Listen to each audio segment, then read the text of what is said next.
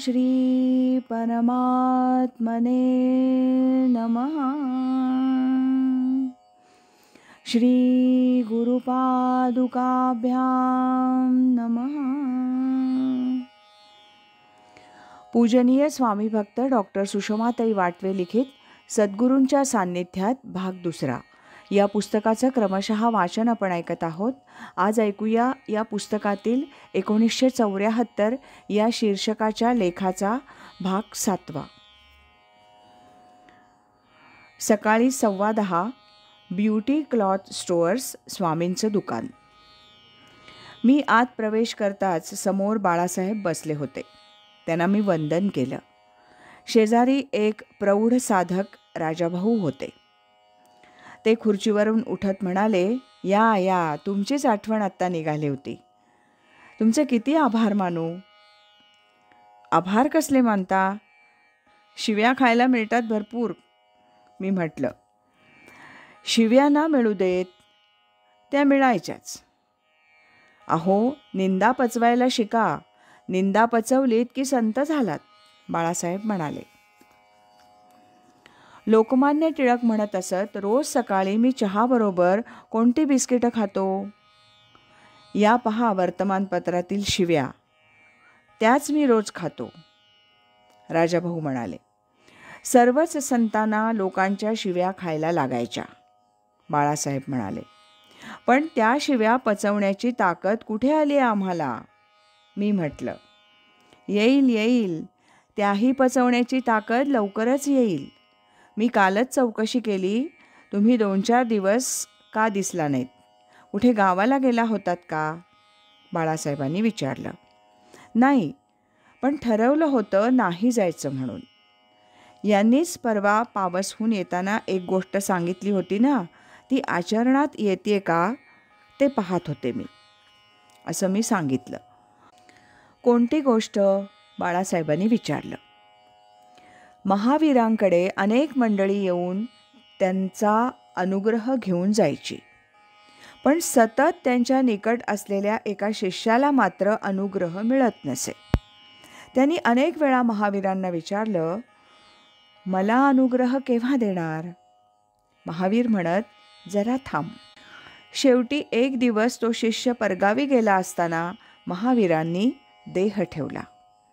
त्याला कळल्यावर तो धावत आला आणि त्यानं कळवळून जवळच्या मंडळींना विचारलं, माझ्यासाठी काही निरोप ठेवलाय का? हो, ठेवलाय.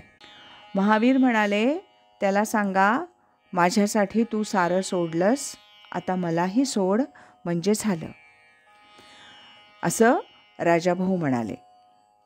तसं तुम्ही आम्हालाच सोडायला बघता हो, बाळासाहेब त्यावर म्हणाले. प्रयत्न करतेय म्हणूनच आले नाही 4 दिवस, मी त्यावर बोलले. ते आता होणार नाही. आम्ही आता तुमच्या आत हृदयात जाऊन बसलो आहोत. तिथून बाहेर काढणं आता तुमच्या हातात राहिलंच नाही, बाळासाहेब म्हणाले. खरंय, पण व्यवहारात तरी तसा प्रयत्न करायचा, मी म्हटलं. जमणार नाही ते आता. रात्रीचे 9 वाजले की प्रवचनाच्या दिशेनं पाय वळतातच. इकडे आल्याशिवाय राहवतच नाही, राजाभाऊ म्हणाले. हो, पण म्हणून मी घरीच बसून प्रवचन ऐकत असते. 9:15 वाजले की म्हणत असे, आता प्रार्थना सुरू झाली. 10 वाजता प्रवचन संपलं असेल, मंडळी घरी जायला निघाली असतील. ते काही खरं नाही. तुम्ही आपलं यायला लागा. तुमच्याकडे कोणी ट्रिपला जायचं होतं म्हणून तुम्ही आला नाहीत असं कळलं, राजाभाऊ म्हणाले. ते आपलं निमित्त. यायचं असलं की कसंही करून निघता येतं. बाहेरच्या जगात आजवर खूप वावरले. तिथं उघड उघड स्वार्थ व्यवहार पाहिला जातो, पण परमार्थाच्या जगात असं काही नसेल असं वाटत होतं. सारं काही सरळ, सोज्वळ, निर्मळ असेल अशी अपेक्षा होती. पण तिथंही हेवेदावे, मत्सर, लावालाव्या, निंदा, चांगली म्हणवणारी मंडळी करताना पाहून फार वाईट वाटलं, असं मी म्हणाले. अहो, परमार्थाच्या जगात तर हे फार आहे, आपण त्याकडे लक्ष द्यायचं नाही, राजाभाऊ म्हणतात. तसं नाही होत ना दादा. तुम्ही सांगता आपण स्वतंत्र आहोत, पण तसं काही नाही. देहानं तरी आम्ही परतंत्रच आहोत. तुम्हा लोकांचं बरं आहे, तुम्ही पुरुष मंडळी स्वतंत्र आहात, तसं आमचं नाही. मी म्हणाले, काही नाही, तुम्ही सुद्धा स्वतंत्रच आहात. तुम्ही आत्ता पहिल्या मार्गावर परतू शकत नाहीत. ती शक्ती, तो फोर्स तुम्हाला त्या दिशेनं खेचतच नेणार, बाळासाहेबांनी सांगितलं. नाहीतर मी म्हणत होते, 1 वर्षभर घेतला अनुभव तो बस्स झाला. आपलं पहिलं जगच बरं. ज्ञानेश्वर महाराजांनी म्हटल्याप्रमाणे शेणकिडे शेणातच वळवळायचे. मी म्हटलं, सर्वांना तोंड देणं कठीण जातं. अंतर्बाह्य आम्हा युद्धाचा प्रसंग. मी हसण्याचा निष्फळ प्रयत्न करीत म्हटलं, पण त्यातूनच तुकोबा निर्माण झाले ना. सर्वच संतांना या अडचणीतून जावं लागतं, झगडावं लागतं. तुमची अडचण त्या मानानं काहीच नाही, बाळासाहेबांनी सांगितलं. जी माणसं या मार्गातील विशेष म्हणून आपण त्यांच्याकडे पाहावं, ज्ञानेश्वरी वाचन पारायण करणारी, त्यांच्याकडून ही अपेक्षा नव्हती. मी म्हटलं, असू द्या, तुम्ही काही चिंता करू नका, सर्व ठीक होईल. येत चला, लोकांकडे लक्ष देऊ नका, बाळासाहेब म्हणाले.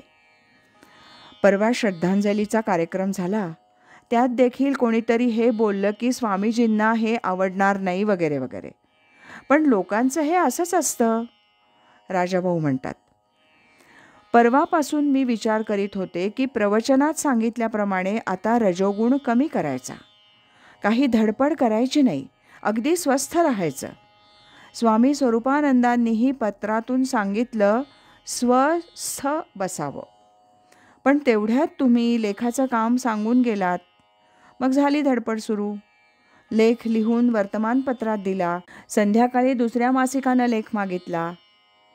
हे असं होतं, मी म्हणाले. तुम्ही धडपडणं आणि स्वस्थ राहणं एकच आहे, त्यात काही चूक नाही, बाळासाहेब म्हणतात. कालच्या कार्यक्रमात एकानं काव्य वाचलं. त्यांना जो दृष्टांत झाला त्याचं वर्णन त्यात होतं, बाळासाहेब म्हणाले. दृष्टांत होतात असे अनेक वेळेला, मलाही तो अनुभव आहे, मी म्हटलं. आम्ही मात्र अगदी दगड. बाबांसारखे संत 4 वेळेला घरी येऊन गेले, बाळासाहेब येऊन गेले, पण आम्हाला दृष्टांत नाही, राजाभाऊ म्हणतात. दृष्टांताचा असा आहे, बुद्धिवादी मनुष्य चटकन एका ठिकाणी स्थिर होत नाही, इकडे तिकडे फिरत राहतो. त्याला एका जागी चिकटवण्यासाठी हे सारं घडून येतं. तसं त्यांचं झालं. बुद्धिवादी माणसं आम्हाला जास्त जवळ करायची आहेत. अशी माणसं प्रथम 5 जरी मिळाली तरी पुरेत. हळूहळू ते वाढेल, बाळासाहेब म्हणाले.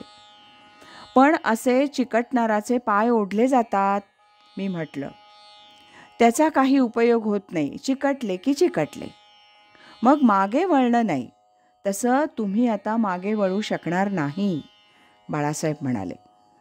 नंतर प्रसाद देताना बाळासाहेब म्हणाले, इथं बसून आम्हाला समजतं कुठे काय चाललंय ते. काही सांगण्याचं कारण नाही, चिंता करू नका, साऱ्याचं निराकरण होईल. स्वामींचा आशीर्वाद प्रसाद मिळाला. 4 दिवसांची तगमग तडफड शांत शांत झाली. गेले 4 दिवस मन खूप अस्वस्थ होतं. ध्यानात चित्त लागत नव्हतं. उगीचच वाट पाहिली. या आधीच आले असते तर. पण निश्चय केला होता ना महिनाभर जायचं नाही म्हणून. पण ते आता होणं नाही. माझी अस्वस्थता बघून काल रात्रीच माझा मुलगा मिलिंद मला म्हणाला, तू जाऊन बाळासाहेबांना हे सगळं सांग. मी म्हटलं, कशाला उगीच त्यांच्या डोक्याला त्रास. त्यावर मिलिंद म्हणाला, त्यांना काही त्रास होणार नाही, पण सांगितल्यानं तुझा त्रास कमी होईल. अगदी तसंच झालं. पुढेही स्वामी असेपर्यंत मी हेच धोरण ठेवलं. रोजच्या भेटीच्या वेळी गेल्या 24 तासात जे घडलं, जे विचार मनात आले ते स्वामींना सांगून मोकळी. त्यातून काय बरोबर काय चूक ते स्वामी सांगत. त्याप्रमाणे पुढे वागण्याचा प्रयत्न चालू राहायचा. आज इथेच थांबूया. यानंतरचा भाग आपण उद्या ऐकूया. श्रीमत सच्चिदानंद सद्गुरु श्री स्वामी स्वरूपानंद महाराज की जय. श्रीमत सच्चिदानंद सद्गुरु श्री स्वामी माधवनाथ महाराज की जय. हरि ओम तत्सत.